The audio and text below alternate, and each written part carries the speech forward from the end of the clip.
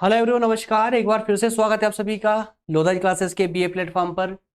BA third year में अंतर्राष्ट्रीय राजनीति के सेशन हमारा कंटिन्यू चल रहा था, जिसमें हमारा टॉपिक था दोस्तों अंतर्राष्ट्रीय संबंधों में विचारधाराओं की भूमिका। ठीक है ना। तो इस विचारधाराओं की भूमिका वाला सेशन दोस्तों हमने क्लास को ज्यादा लंबी होने के कारण से बीच में इसे छोड़ दिया था। कुछ पार्ट इसका रह गया था, मतलब विचारधाराओं का एक पार्ट हम कंप्लीट कर चुके थे, एक पार्ट बचा हुआ था। उसको इस सेकंड भाग में दोस्तों हम इसे कंप्लीट करेंगे। ठीक है ना। तो एक भाग इससे पहले हो चुका है, नहीं देखा आप लोगों ने। अगर नए स्टूडेंट है, पहली बार ही डायरेक्ट सेशन पर ही मूव किया है आप लोगों ने, तो पहले इसके पहले भाग को जरूर देख लीजिएगा। अगर आप लाइव नहीं देख रहे हैं तो दोस्तों पहले आपको डिस्क्रिप्शन में जाना चाहिए, जाकर के इसके पहले भाग को देखिए, उसके बाद में ही आप इसके सेकंड भाग पर आइएगा, तो आपका टॉपिक पूरा कंप्लीट होगा, कवर होगा। अन्यथा आपकी कंफ्यूजन बनी रहेगी और ये आने वाला जो सेकंड पार्ट है ये आपको समझ आने में बड़ी प्रॉब्लम होगी, नहीं समझ आएगा, है ना। क्योंकि जितनी भी भूमिका थी, किसकी भूमिका, विचारधाराओं की भूमिका की जो भूमिका थी, जो पृष्ठभूमि थी, वो हम इसके पहले भाग में डिस्कस कर चुके हैं। हमने पूरे एक बेसिक से पूरे जीरो लेवल से समझने का प्रयास किया है कि एक्चुअल में ये विचारधाराएं क्या होती है और अंतरराष्ट्रीय स्तर पर इन विचारधाराओं की भूमिका क्या है ना। तो इस पार्ट में हम दोस्तों बात करेंगे अंतरराष्ट्रीय संबंधों में विचारधाराओं की भूमिका के अंतर्गत। हमने दो प्रकार की विचारधाराओं को देखा था, सामान्य विचारधारा और विशेष विचारधारा, है ना। तो सामान्य विचारधारा और विशेष विचारधाराओं के अंतर्गत भी दोस्तों इसमें मैं एक बार उसको ओपन कर देता हूं, जिससे कि आपको पूरा क्लियर हो जाए। देखिए, इसको देखिए दोस्तों, वैसे हम ये सब डिस्कस कर चुके हैं। तो इसमें इससे पहले वाले भाग एक में हम इस सामान्य विचारधाराओं पर चर्चा कर चुके थे, है ना। जो राज्य के व्यवहार के एक तत्व के रूप में जो सामान्य विचारधाराएं हैं, और उन सामान्य विचारधाराओं में उदारवादी विचारधारा और साम्यवादी विचारधारा दोनों प्रकार की विचारधाराओं पर डिस्कस हो चुका था। इस वाले सेशन में विदेश नीति निर्माण में जिस प्रकार की विचारधारा का प्रयोग किया जाता है, उस विचारधारा को हमें यहां पर डिस्कस करना है, जिसे हम विशेष विचारधारा कहते हैं। विशेष विचारधारा क्लियर है ना। चलिए डायरेक्ट जहां हमने छोड़ा था वहीं पर डायरेक्ट मूव करते हैं। स्लाइड नंबर 12 थी, ओके। चलिए यहीं पर थे ना।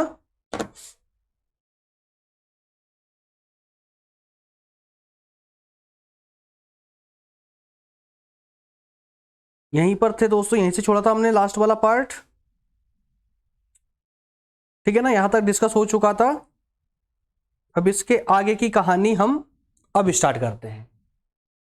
अच्छा, फिर से एक बार यस कमेंट कर दीजिए अगर पहले वाला भाग आपको पूरी तरह क्लियर होगा, तो प्लीज बताइएगा मुझे, है ना। कहीं पर कोई डाउट तो नहीं आया था उसमें। अब ये सेकंड भाग जो इसका होने जा रहा है दोस्तों, इसमें हमें थोड़ी सी सतर्कता इसमें भी बरतनी पड़ेगी, क्योंकि उसमें हमने सिर्फ दो प्रकार की विचारधाराओं को देखा था। सामान्य विचारधाराओं में दो उसके भाग देखे थे, उदारवादी विचारधारा और उसके बाद साम्यवादी विचारधारा। इस वाले पार्ट में हमें दोस्तों तीन प्रकार की विचारधाराओं पर डिस्कस करना है। तीन प्रकार की कौन कौन सी, जरा समझिए पहले। यथा स्थिति की विचारधारा, यथा स्थिति की, है ना, और एक है साम्राज्यवाद की विचारधारा, और तीसरी है अस्पष्ट विचारधारा। इन तीनों को पहले व्यवहारिक रूप से समझ लीजिए।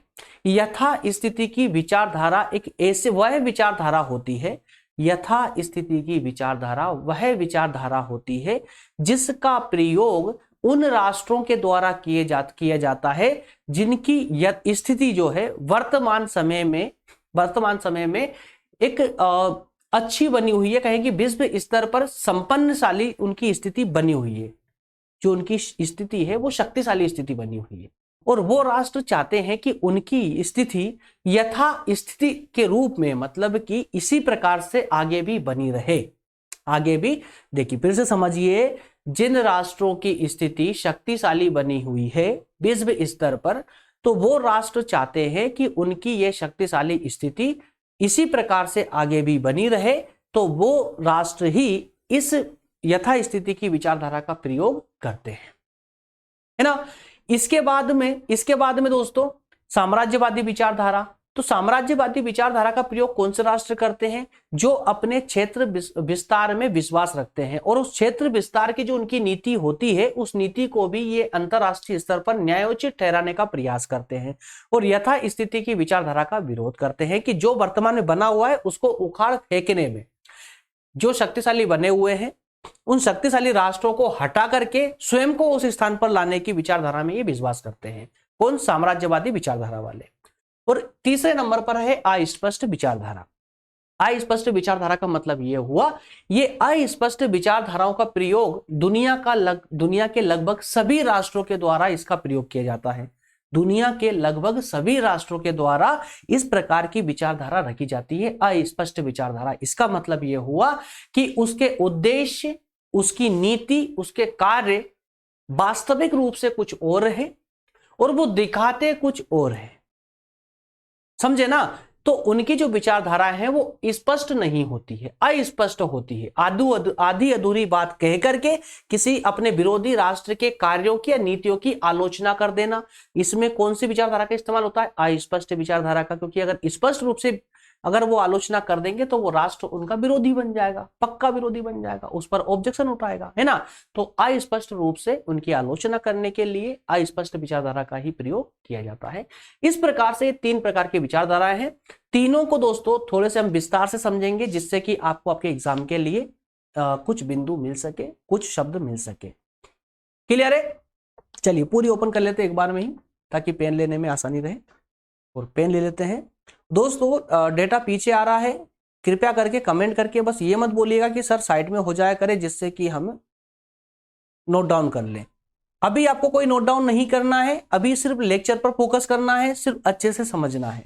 समझने के बाद में डिस्क्रिप्शन में इसकी लिंक है पीडीएफ की, इसी को डाउनलोड करके आप आसानी से लेक्चर के बाद में अपने नोट्स से बना सकते हैं। क्योंकि ये जो सेशन चल रहा है दोस्तों थोड़ा सा डिफिकल्ट पड़ता है ना? तो अगर कोई भी की पॉइंट अगर मिस हुआ ना, अगर एक भी पॉइंट बीच में मिस हुआ तो आपकी लिंक टूट जाएगी और लिंक टूटने के बाद में फिर आपको ये सेशन समझ नहीं आएगा, याद रखिएगा। इसलिए अपने एकाग्रता को बनाए रखें पूरे सेशन में। ज्यादा लंबा नहीं खींचूंगा, जल्दी समाप्त कर लेंगे। क्योंकि देखिए टॉपिक पढ़ाने से पहले मुझे भी नहीं पता होता कि टॉपिक क्लास कितने घंटे चलने वाली, कितना समय चलेगी। कोई टॉपिक होता है जो अपने आप में आधे घंटे में समाप्त हो जाता है। कोई टॉपिक होता है जैसे कि इसका पहला भाग हमने सोचा था कि आधे घंटे में एक भाग कंप्लीट कर लेंगे, लेकिन 1 घंटा लग गया। होता है, टॉपिक की लेंथ के ऊपर डिपेंड करता है। क्योंकि जब तक टॉपिक पूरी तरह से समझ नहीं आ जाएगा तब तक हम बीच में कैसे छोड़ सकते हैं? फटाफट बढ़ के 10-15 मिनट में टॉपिक समाप्त तो थोड़ी ना किया जा सकता है यार। वो जो कर देते हैं वो तो उन विद्वानों की बात अलग रहती है कि जो विचारधारा वाले टॉपिक को आपको यूट्यूब पर ही मिल जाएगा, 10 मिनट 15 मिनट का भी मिल जाएगा। और कोई कोई तो इतने बड़े विद्वान है कि 5 मिनट में भी इस टॉपिक को कंप्लीट कर लेते हैं, है ना? तो ऐसे विद्वानों के चेले, ऐसे विद्वानों को फॉलो मत कीजिए वास्तविक रूप से अगर आप पढ़ रहे हैं तो, नहीं तो आप जो है प्रॉब्लम में आ जाएंगे। क्योंकि वो कहते हैं ना कि महान किताब और महान लोगों को समझना बहुत आसान नहीं होता है, बहुत मुश्किल होता है ना? तो उनको समझना भी आपके बस की बात नहीं है। ईमानदारी से पढ़िए तो डेटा की आपको आवश्यकता पड़ेगी, है ना? समय लगेगा। एक क्लास कॉलेज में भी आप 45 मिनट की क्लास लेते थे, यहां पर भी आप 45 मिनट की क्लास कम से कम लीजिए।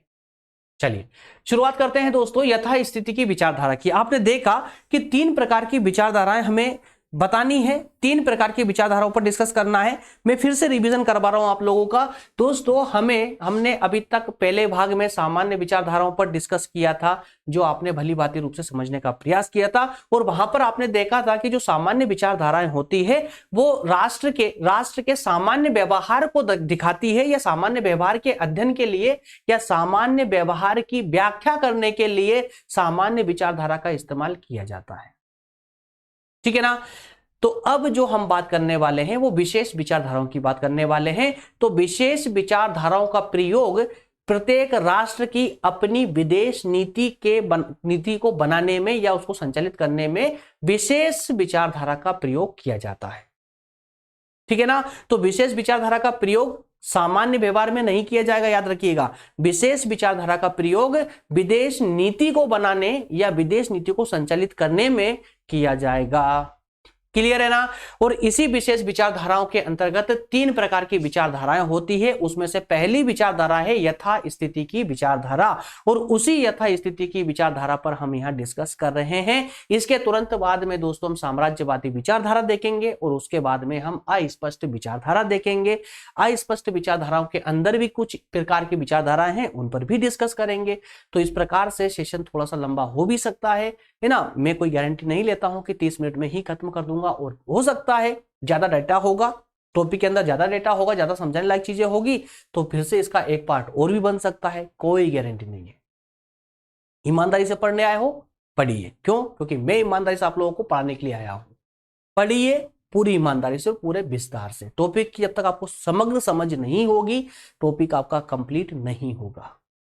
चलिए शुरुआत करते हैं यथा स्थिति की विचारधारा। तो मेरे प्यारे दोस्तों, जैसा मैंने आपको बताया कि यथा स्थिति की विचारधारा का प्रयोग उन राष्ट्रों के द्वारा किया जाता है जो विश्व स्तर पर अपनी शक्ति को मेंटेन करे हुए हैं या शक्तिशाली राष्ट्र बने हुए हैं। मतलब ये कि विश्व स्तर पर उनका एक विशेष स्थान है, और उस विशेष स्थान को बनाए रखने के लिए ही ये यथा स्थिति वाली विचारधारा का प्रयोग करते हैं। इस दृष्टिकोण का सिद्धांत ये है कि ये मतलब इस प्रकार के राष्ट्र ये बोलते हैं जो यथा स्थिति की विचारधारा अपनाते हैं, इन राष्ट्रों के द्वारा ये बोला जाता है कि साहेब अंतरराष्ट्रीय स्तर पर जो मौजूद है उसके लिए कुछ कीजिए, और इनके लिए कहीं कुछ नहीं किया ना तो ये आगे चलकर नहीं रहेंगे। मतलब समझिए इनकी भावनाओं को। ये बोलना चाहते हैं कि हम शक्तिशाली है, हम हमेशा प्रथम पर आते हैं, प्रत्येक व्यवस्था में हमारा स्थान प्रथम होता है, तो हमारे लिए कुछ कीजिए। अगर नहीं किया तो ये जो व्यवस्था हमारी बनी हुई है ये भी नहीं रहेगी। अंतरराष्ट्रीय स्तर पर प्रथम स्थान पर आने के लिए कोई नहीं बचेगा। आपने दोस्तों कई संस्थाओं के सर्वे देखे होंगे, कई प्रकार के रिसर्च देखे होंगे।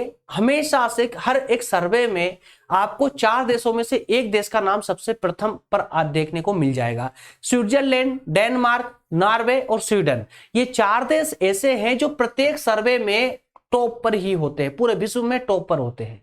तो ये टॉप पर आने वाली कंट्रियां चाहती है कि हमारी स्थिति हमेशा टॉप पर ही बनी रहे, इसलिए ये यथा स्थिति वाली विचारधारा का इस्तेमाल करती है और हमेशा इसी प्रकार की विचारधारा रखती है। और ये विचारधारा रखते हुए अपने स्थान को, अपनी शक्तियों को न्यायोचित ठहराने का प्रयास करती है अंतरराष्ट्रीय स्तर पर।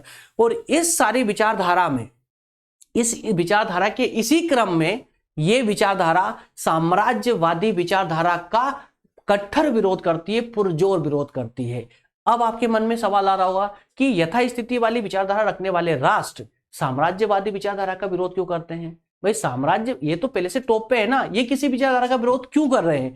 वो इसलिए कर रहे हैं दोस्तों, वो इसलिए कर रहे हैं कि देखिए कि साम्राज्यवादी वाली जो विचारधारा है ना वो कैसी है कि अपने क्षेत्र से बाहर निकल करके अपना प्रभाव जमाने वाली विचारधारा है। मतलब कि अपना क्षेत्र, जो भी राष्ट्र साम्राज्यवादी विचारधारा रखता होगा वह राष्ट्र अपने क्षेत्र के विस्तार में विश्वास करेगा, अन्य राष्ट्रों पर आक्रमण करके उसे जीत कर अपने क्षेत्र का विस्तार करना ही जो है साम्राज्यवादी वाली विचारधारा होती है।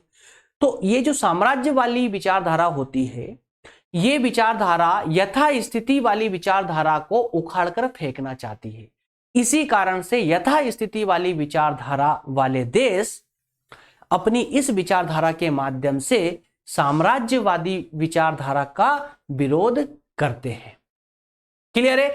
तो अंतरराष्ट्रीय कानून शांति व्यवस्था किस पर आधारित होती है दोस्तों? शांति व्यवस्था पर। अंतरराष्ट्रीय जो कानून होते हैं वो किस पर आधारित होते हैं? शांति व्यवस्था पर, है ना। तो ये नीति भी वास्तव में यथास्थिति की विचारधारा बन जाती है। मतलब सिंपल सी ऐसा समझिए इस पूरी विचारधारा को कि जो राष्ट्र अभी विश्व स्तर पर अपनी टॉप कंडीशन बनाए हुए हैं, तो वो देश चाहते हैं कि हमारी कंडीशन हमेशा टॉप पर बनी रहे। तो इसलिए ऐसे देशों के द्वारा यथास्थिति वाली विचारधारा को अपनाया जाता है, और वो देश अपनी इस विचारधारा को सही ठहराने का प्रयास करते हैं अंतरराष्ट्रीय स्तर पर। वो सही ठहराते हुए ये बोलते हैं कि जो विश्व स्तर पर जो अभी बना हुआ है, जिसकी यथास्थिति जो है, उस पर ध्यान दीजिए, उस पर ध्यान दीजिए, उसके लिए कुछ कीजिए, क्योंकि हम हमेशा टॉप पर आते हैं, हर सर्वे में टॉप पर आते हैं। जो भी अंतरराष्ट्रीय कानून के द्वारा निर्णय लिए जाते हैं उन हर निर्णय में हम टॉप पर आते हैं। मतलब क्या है कि आज हम ही टॉप पर है, हम ही सब कुछ है, तो हमारे लिए कुछ कीजिए, अन्यथा हम भी इस प्रकार के कार्य करना छोड़ देंगे, बंद कर देंगे। तो इस प्रकार के कार्यों के द्वारा, इस प्रकार के विचारों के द्वारा ये अपनी स्थिति को यथा स्थिति में कन्वर्ट करके और ये बताने का प्रयास करते हैं कि जो विचारधारा ये रखते हैं, जो स्थिति इनकी बनी हुई है, इसी स्थिति को बनाए रखना विश्व स्तर पर न्यायोचित है। क्या है? न्यायोचित है। और इस विचारधारा के माध्यम से ये साम्राज्यवादी जो विचारधारा होती है उसका विरोध करते हैं। क्यों करते हैं? क्योंकि साम्राज्यवादी विचारधारा इस यथा स्थिति वाली विचारधारा को उखाड़ फेंकना चाहती है। दैट्स ऑल, इतना ही इसके अंतर्गत याद रखना है। इतना भी अगर आपने इसमें परिभाषित कर दिया इस परिभाषा को, तो आपका काम बहुत शानदार बन जाएगा। दैट्स ऑल, यथा स्थिति वाली विचारधारा के अंतर्गत सिर्फ इतना। क्लियर है? चलिए आगे बढ़ते हैं। अरे भाई कैंसिल नहीं होना है यार।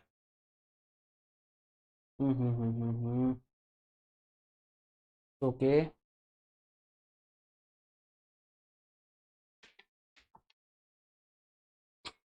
चलिए आगे बढ़ते हैं। अगली विचारधारा की बात करते हैं दोस्तों, साम्राज्यवादी विचारधारा। साम्राज्यवाद की विचारधारा या साम्राज्यवादी विचारधारा। तो साम्राज्यवादी विचारधारा जैसा कि हमने अभी देखा यथा स्थिति वाली विचारधारा। यथा स्थिति वाली विचारधारा साम्राज्यवादी विचारधारा का विरोध करती थी। तो साम्राज्यवादी विचारधारा यथा स्थिति का विरोध करेगी, सिंपल सी बात है, जो जिसका विरोध करेगा वो तो विरोध करेगी ना। तो साम्राज्यवादी विचारधारा दोस्तों यह एक नीति जो यथा स्थिति के विचार को बदलना चाहती है, बदलने की कोशिश करती है। मतलब ये कि जो अभी टॉप पर बना हुआ है उसको हटाना चाहती है और उसके स्थान ये खुद प्राप्त करना चाहती है ना। और ऐसी नीति ही जो विचारधारा यथा स्थिति का विरोध करे, वही विचारधारा यहां पर साम्राज्यवादी विचारधारा कहलाती है।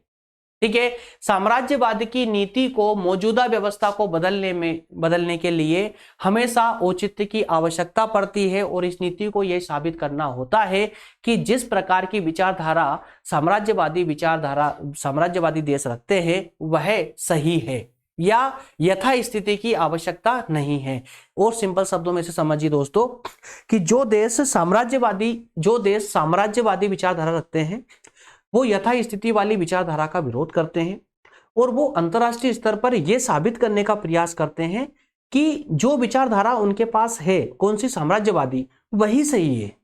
यथा स्थिति वाली विचारधारा सही नहीं है, इसकी विश्व को कोई आवश्यकता नहीं है, ये बताने का प्रयास करते हैं, ये अपने औचित्य को सिद्ध करने का प्रयास करते हैं, है ना। अब ये करने के लिए उन्हें कुछ औचित्य की आवश्यकता पड़ती है।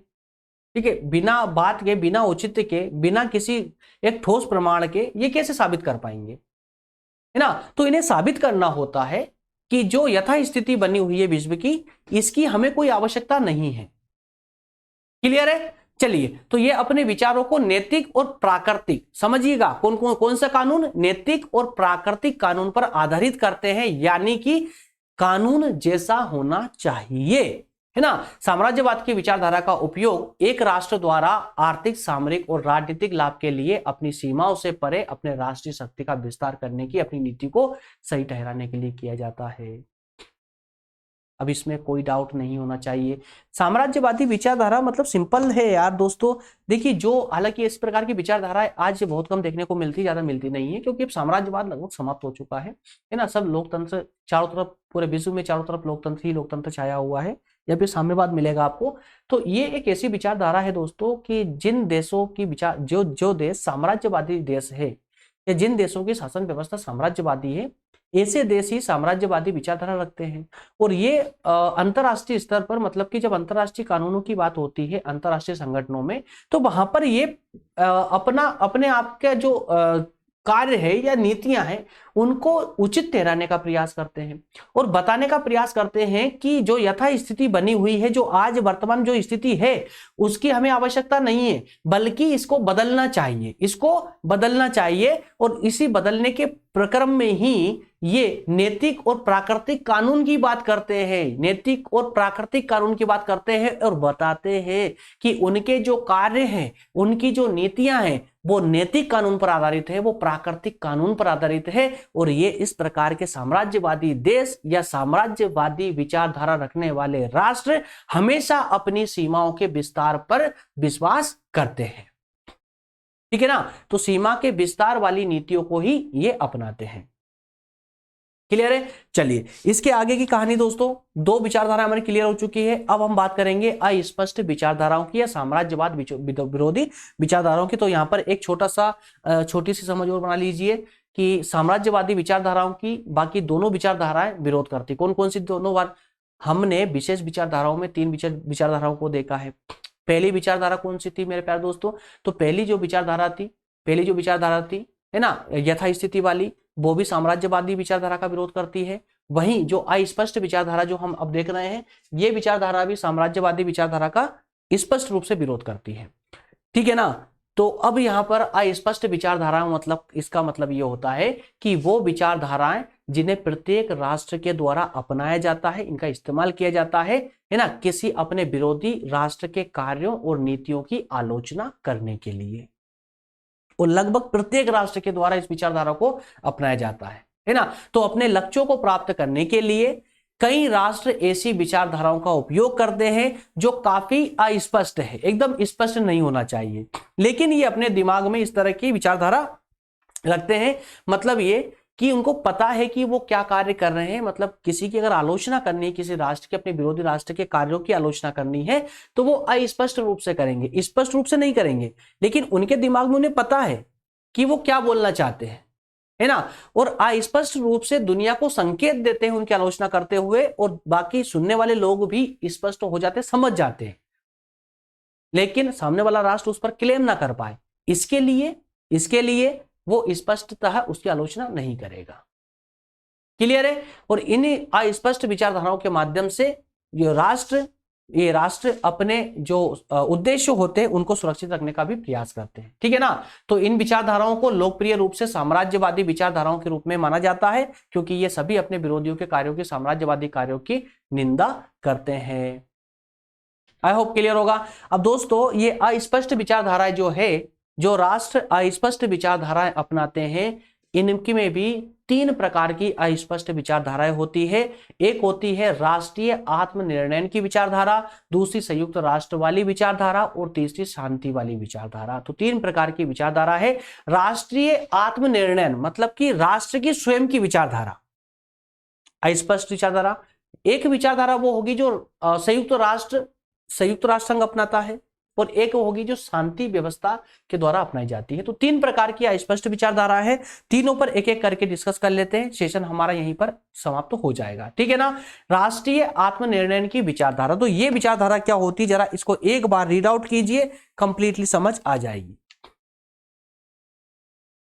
चलिए, इस विचारधारा का उपयोग वुड्रो विल्सन ने विदेशी वर्चस्व से मध्य और पूर्वी यूरोपीय देशों को मुक्ति को लेकर के न्यायोचित ठहराने का के लिए इस विचारधारा का प्रयोग किया था। समझिए इसको। वुड्रो विल्सन ने क्या किया दोस्तों कि जो मध्य और पूर्वी यूरोप के देश थे, है ना, वो अन्य देशों के आधिपत्य में थे, उनके दबाव में थे, वो पूरी तरह से मुक्त नहीं थे।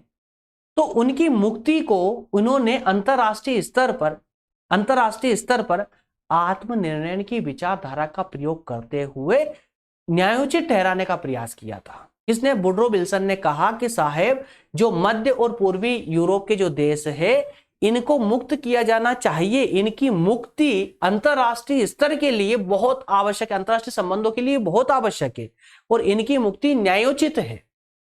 इसके अलावा इस सिद्धांत के आधार पर ही जर्मनी के जो कुछ अल्पसंख्यक थे दोस्तों, उन्होंने चेकोस्लोवाकिया और पोलैंड के राष्ट्रीय अस्तित्व को कमजोर करने की कोशिश की थी इसी आत्मनिर्णय की विचारधारा के माध्यम से। किन्होंने? जर्मनी के कुछ अल्पसंख्यकों ने।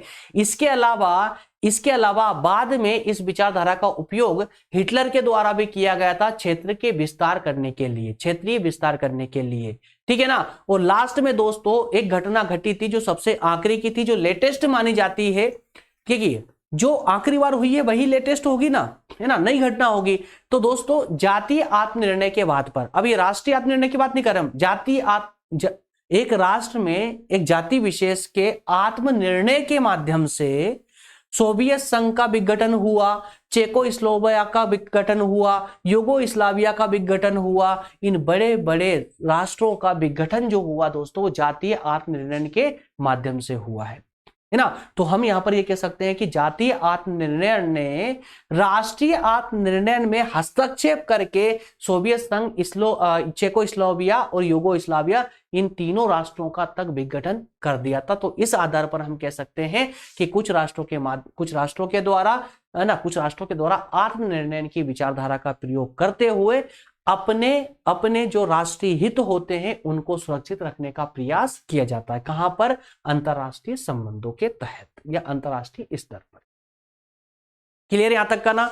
चलिए, इसके बाद में है दोस्तों संयुक्त राष्ट्र की विचारधारा। तो ये संयुक्त राष्ट्र की विचारधारा क्या हुई कि कुछ राष्ट्र क्या करते हैं कि देखिए, संयुक्त राष्ट्र संघ के अपने कानून है, संयुक्त राष्ट्र संघ के अपने कानून है, अपनी नीतियां हैं, और उन नीतियों का पालन विश्व के सभी राष्ट्रों को करना होता है। जो भी संयुक्त राष्ट्र संघ के सदस्य हैं उन सभी सदस्य राष्ट्रों को उन कानूनों का पालन करना होता है। तो इसी क्रम में जितने भी राष्ट्र है दोस्तों, जब आपस में कोई भी व्यापार करते हैं, कोई भी अंतरराष्ट्रीय संबंध स्थापित करते हैं, तो उस समय जो संधि होती है, विभिन्न राष्ट्रों के मध्य में जो संधि होती है, तो संधि के शुरुआती जो शब्द होते हैं वही कुछ इस प्रकार के होते हैं कि जो संधि यहां पर हो रही है, या पर कहे कि जिस भी हम व्यापार को ले लीजिए या किसी अन्य संबंध को ले लीजिए, कोई अन्य डिस्कशन होगा, तो यहां पर जब कोई संधि की शुरुआत होती है तो स्पष्ट रूप से कहा जाता है कि संयुक्त राष्ट्र की भावना में या फिर संयुक्त राष्ट्र के चार्टर में निहित सिद्धांतों को ध्यान में रखते हुए बाकी का वर्णन, संधि का वर्णन इसके बाद किया जाता है कि हम जो भी निर्णय कर रहे हैं, जो भी कानून हम यहां लागू कर रहे हैं, वो अंतरराष्ट्रीय स्तर पर संयुक्त राष्ट्र संघ के कानूनों को ध्यान में रखते हुए हम इस प्रकार की संधि पर हस्ताक्षर करते हैं। तो इसलिए कहा जाता है कि प्रत्येक राष्ट्र के द्वारा संयुक्त राष्ट्र संघ के कानूनों के आधार पर अपने विचार डेवलप किए जाते हैं, है ना। एक बार पढ़ के भी देखिए इसको। तो संयुक्त राष्ट्र के चार्टर में निहित अंतरराष्ट्रीय संबंधों के सिद्धांतों और उद्देश्यों का उपयोग सभी राष्ट्रों द्वारा अपनी नीतियों और कार्यों को सही ठहराने के लिए किया जाता है। चाहे उस राष्ट्र की नीति गलत हो, चाहे उस राष्ट्र के कार्य गलत हो, सब अन्य राष्ट्रों के हितों में ना हो, फिर भी वो साबित करते हैं और वो ये साबित करने का प्रयास करते हैं कि उनके जो कार्य है, उनकी जो नीतियां हैं, वो संयुक्त राष्ट्र संघ के द्वारा लागू किए गए कानून के आधार पर ही है ना, संयुक्त राष्ट्र संघ के कानून के विरुद्ध नहीं है। तो संधि का लगभग हर अंतरराष्ट्रीय समझौता जो होता है, उन शब्दों की शुरुआत ही संयुक्त राष्ट्र की भावना में या संयुक्त राष्ट्र चार्टर में निहित सिद्धांतों को ध्यान में रखते हुए इन शब्दों से शुरुआत होती है। आई होप दोनों क्लियर होंगे, ठीक है ना। तीसरी जो विचारधारा है दोस्तों, वो है शांति की विचारधारा। तो शांति की विचारधारा का उपयोग एक राष्ट्र द्वारा अन्य राष्ट्रों की शांति विरोधी नीतियों की आलोचना करने के लिए की। ये तो सिंपल है ना यार। देखिए, शांति वाली विचारधारा कौन रखेगा? जो राष्ट्र शांति वाली विचारधारा रखता है, सिंपल है, जो शांति व्यवस्था को डिसमिस करेगा, जो नुकसान पहुंचाएगा, उस राष्ट्र के विचारों का विरोध करेगी, आलोचना करेंगे। कौन?